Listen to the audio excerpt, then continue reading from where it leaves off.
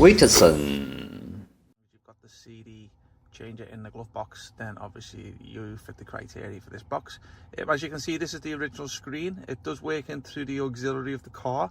You can also go to the original Bluetooth channel after you've connected all your system. But it doesn't make much difference, to be honest with you. So as this is all installed, so just pretty much hold down the menu button and this will take you into the aftermarket side. As you can see, this is the Android Auto, which is linked to an Android phone today. It does work with the steering wheel controls, so your volume as you can see, and also does work with the skip button too. If you do link it to the Bluetooth channel, you can also use the Bluetooth phone buttons as long as they're coded into the car. And also it's got Google Assist support as well as Siri if you're an Apple user. Okay, so as you can see, this is linked to an Android phone today. If you are going to be using an Apple product, then obviously it'll give you CarPlay, which works on the same format.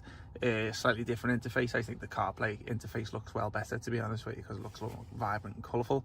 This is the Android interface, so as you can see, it works with the touchscreen.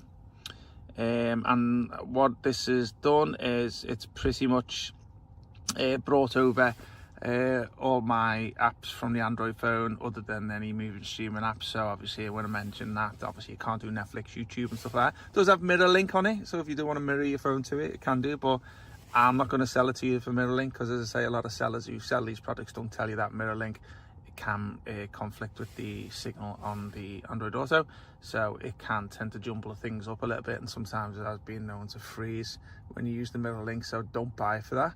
If you want the CarPlay Android Auto, perfect for it.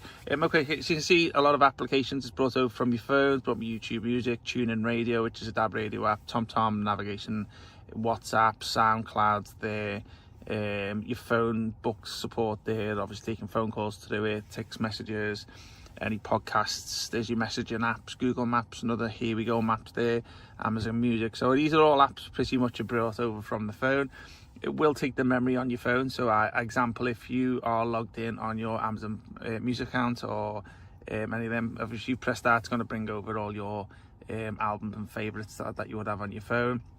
And it does work with a reverse camera. We have installed a reverse camera into this today. Customers decided to go fancy and get a badge camera, Volkswagen badge camera, so it replaces the original Volkswagen badge, and it's motorized, so the screen pops out, the camera pops out when you put it into reverse, and obviously when you move forward you do have a delay, and the camera badge will pop back in on its own accord after maybe about 10 seconds or your car's driving.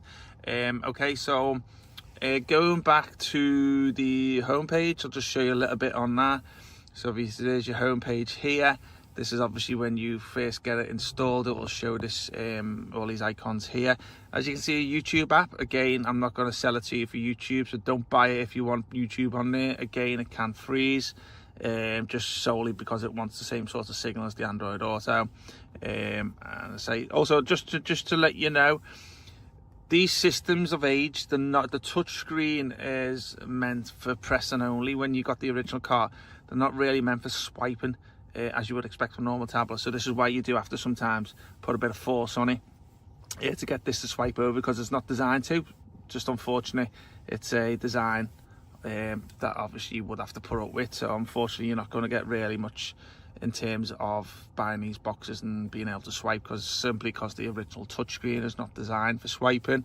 It will do it, but as I say, it's not really sensitive for that. Touchscreen, it's pretty fine, as I say, you expect it from there. So as you can see, this has got a option in here. So if you've had any products before or any issues with people mentioning of any echoes and stuff like that, this has I'll show you this here. It's got a thing called, one second, it's got a thing called, quite sensitive in doing that. Sorry about this, guys. Doesn't like me doing that, does he? There's a thing on here called AE Auto Setup. This is obviously, you'd need to do this when you put it in the car first, simply because obviously it does a lot of beeps when you're doing it, and it just basically it's setting up in the car to stop it, avoiding it from any echoes and stuff like that during phone calls. You can use the original Bluetooth channel. So when you're setting this up originally, you can tune it to this part here, which is wireless dev. So that's where you pair your phone through there. But again, you can pair it through there, get your CarPlay, Android Auto set up, and then you can change over on the setting in that setup to the original Bluetooth channel. And what that does tend to do is you're using the original Bluetooth mic and stuff like that. But to be honest with you, there's not much difference on that. Okay, so there's not really much I can show you on this. As I say, it's got a USB cable if you want to try and play your music and films through there. It's good for firmware updates in future. Yeah, it's not really much I can show you on this, to be honest. They tend to do what they do anyway, but there's loads of videos up on our YouTube channel. WITSON